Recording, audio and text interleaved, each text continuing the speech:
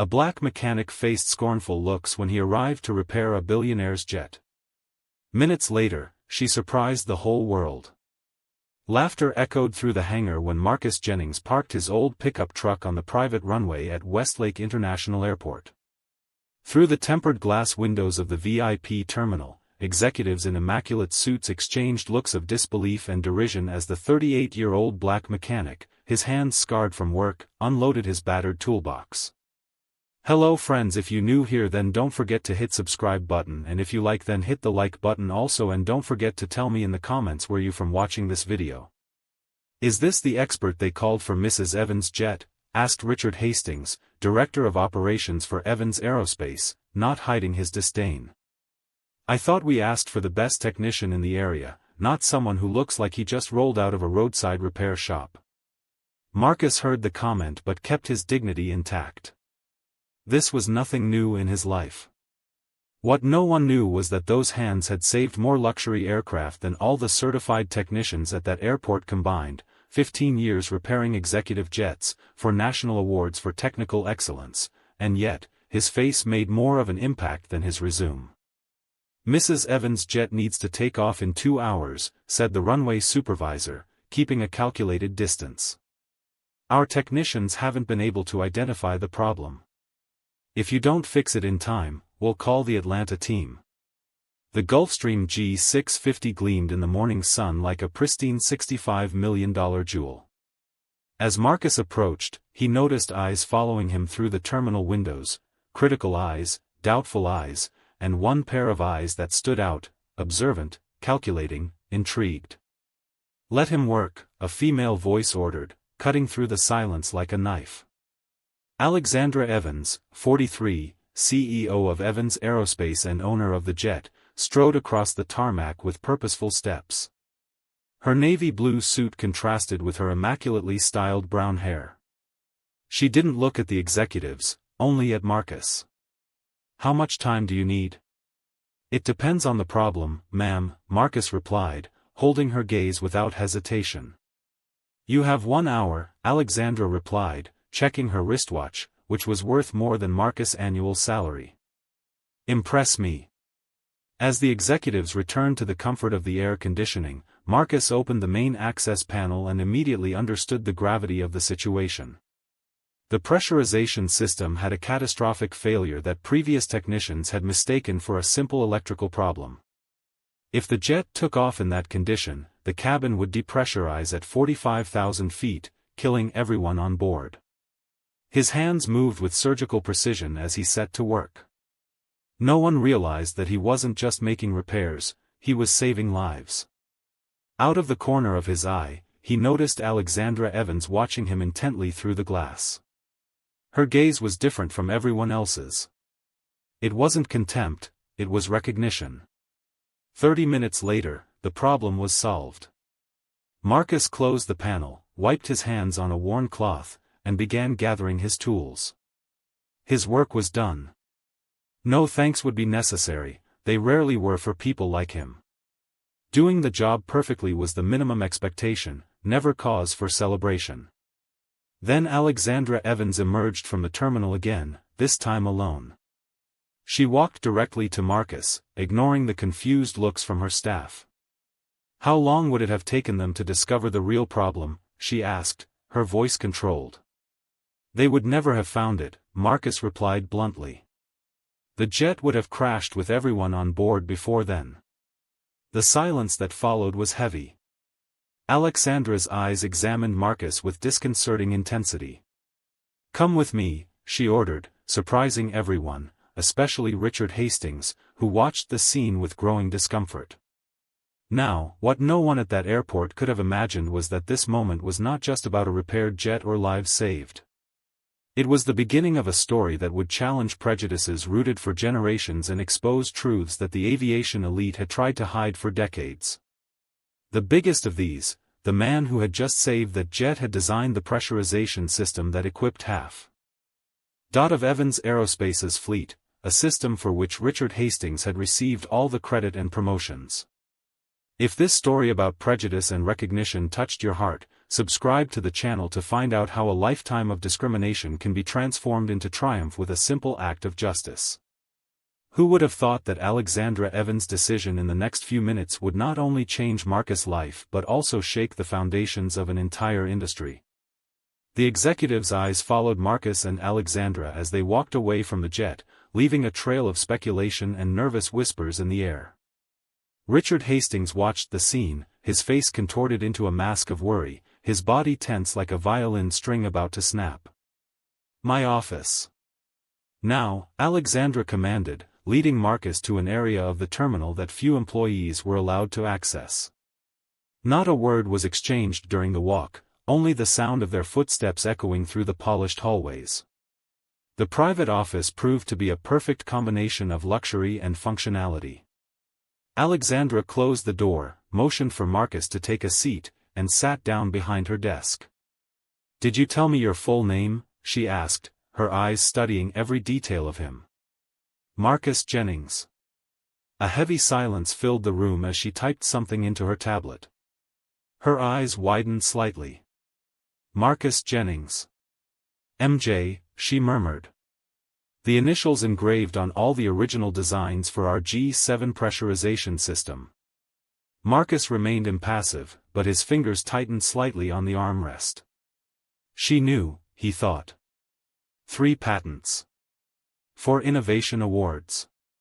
A master's degree in aerospace engineering from the Technical University. "And yet you repair jets like a common mechanic." "Why?" she asked.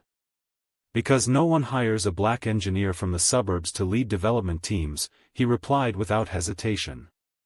"And mechanics have bills to pay, Ms. Evans." Alexandra opened a drawer and pulled out a folder. Inside were corporate documents detailing the development of the G7 system, all signed by Richard Hastings as chief engineer. "Do you know how much profit that system has brought my company in the last 5 years?" she asked, leafing through the documents. "Approximately $428 million, Marcus replied. "The system reduced fuel consumption by 23% and maintenance costs by 31%. Alexandra looked up, surprised by the accuracy of his answer. Richard received 3 promotions and a $2.5 million bonus for his work, she continued. While I continued to fix jets." Marcus finished, showing no emotion. The conversation was interrupted by insistent knocking at the door. Richard Hastings entered without waiting for a response, his face a mixture of false concern and poorly concealed anxiety. "Alexandra, the board is waiting for you on the video conference, and we need to discuss." He stopped when he saw Marcus, his expression hardening. "What is he still doing here? The service is complete, right?" "Actually, we were discussing intellectual property," Alexandra replied calmly. "Specifically, the G7 system." Hastings' face paled visibly. "I don't understand what a mechanic would have to contribute to this discussion." "Really?" Alexandra said. "Interesting, because I have here the original G7 designs with the initials MJ, and I just found out that they belong to Marcus Jennings, who worked briefly in the development department 5 years ago." "Alexandra, this is absurd," Hastings forced a laugh. "He was just an assistant technician. The G7 system was developed entirely by my team." Just then, the door opened again. A middle-aged woman entered, carrying a briefcase even thicker than Alexandra's. It was Dr. Sophia Chun, Evans Aerospace's chief legal officer, whom Marcus recognized from reports about the company. "Forgive me for being late, Alexandra," she said. "I had to double-check the intellectual property records." She nodded politely to Marcus before turning to Hastings with an icy stare. "And yes, I've confirmed everything. The digital signature on the original files matches Mr. Jennings, not you." Richard Hastings seemed to choke on his own words. There must be some mistake. He worked under my supervision, any minor contribution." "Minor?"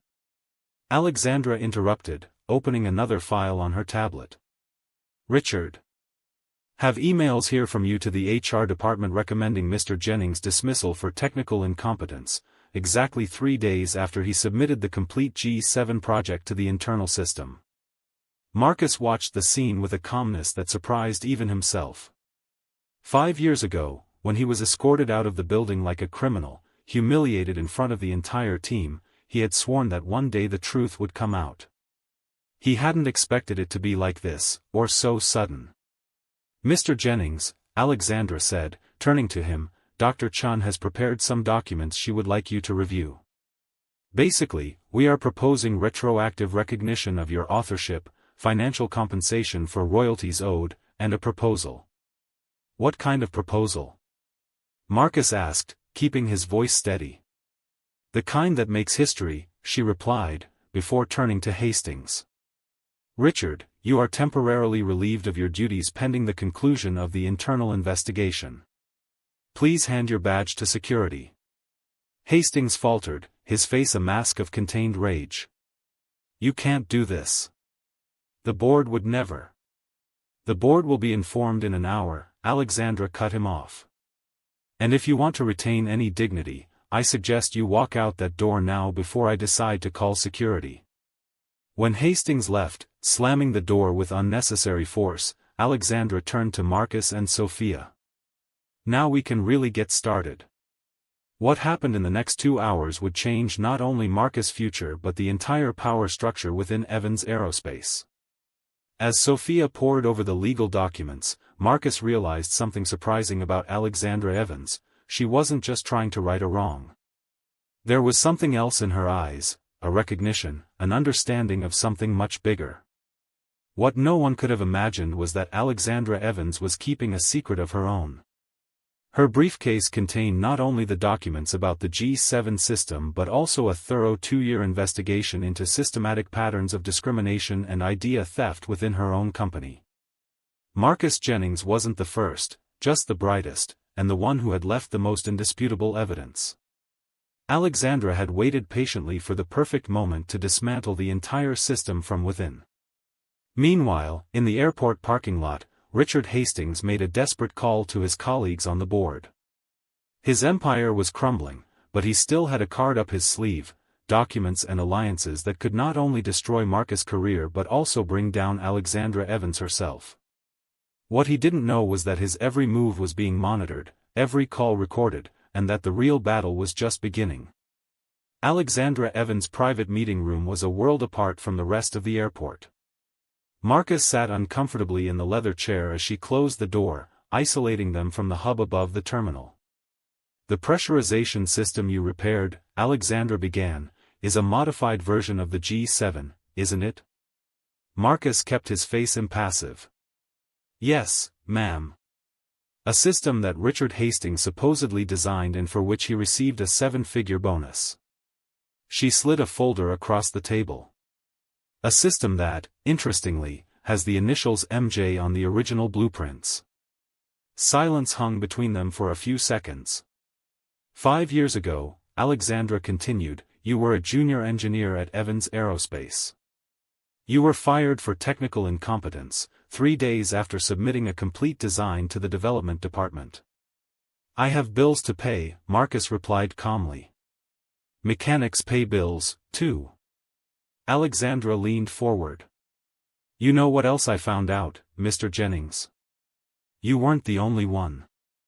Over the past 10 years, 7 talented employees have been fired under similar circumstances, all Black or Latino, all shortly after contributing significant innovations. The door opened, and a middle-aged woman entered, carrying a tablet. Sorry I'm late. Marcus, this is Dr. Vanessa Chun, our new general counsel. Vanessa has been conducting an investigation for the past 8 months. The lawyer nodded. Mr. Jennings, we have substantial evidence of systematic intellectual property theft within Evans Aerospace. Your case is just the tip of the iceberg. In Marcus' mind, flashes of memories began to emerge. Memory, the nights working alone in the lab, the excitement of solving the pressurization problem that no one else could figure out, Hastings' calculating look when he saw the results, the public humiliation of being escorted out of the building. "Why are you telling me this?" he asked. "Because I need your help," Alexandra replied. "Richard Hastings controls half the board. He has powerful friends. I need irrefutable proof to bring him down." "And what's in it for me?" Marcus asked.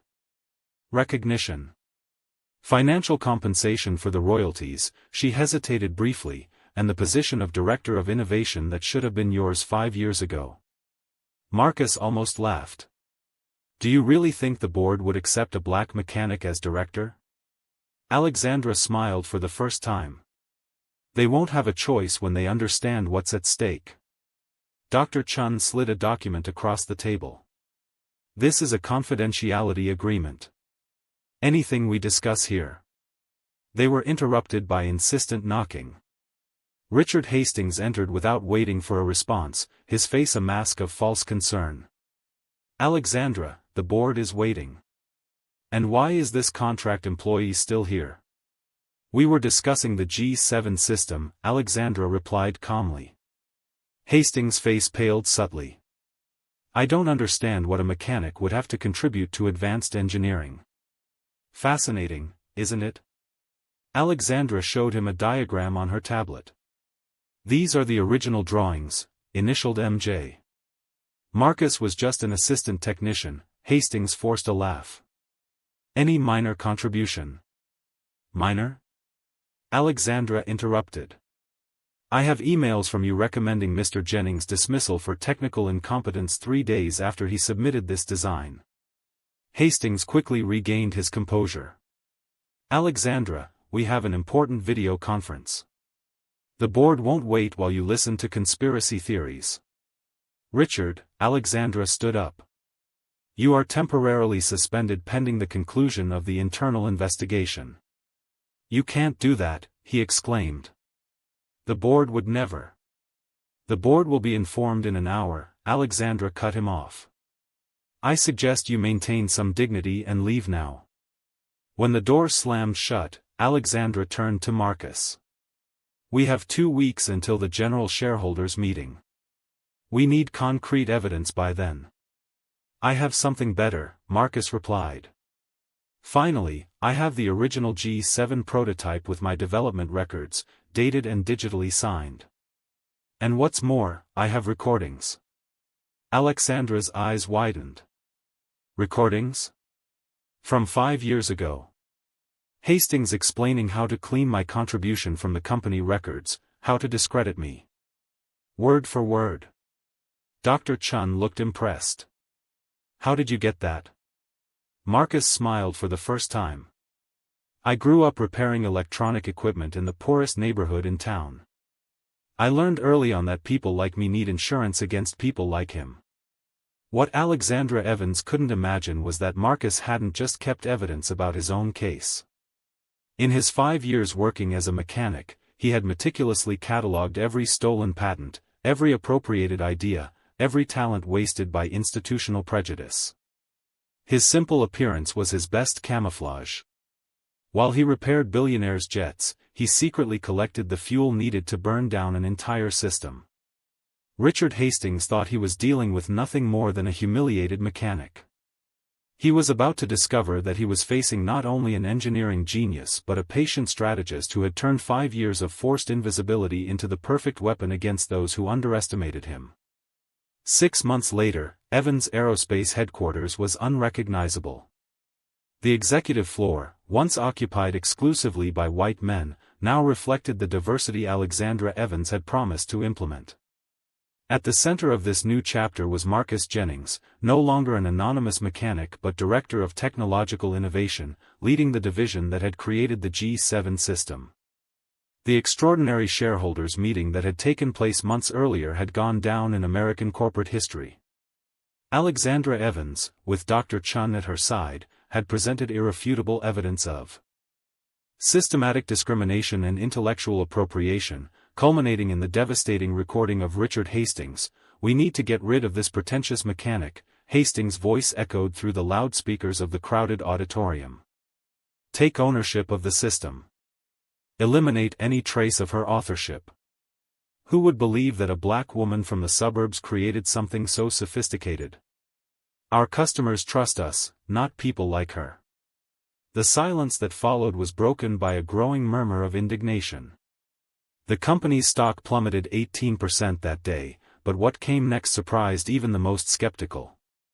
I could have sued individually, Marcus explained in his first interview with Aviation Technology, a prestigious magazine.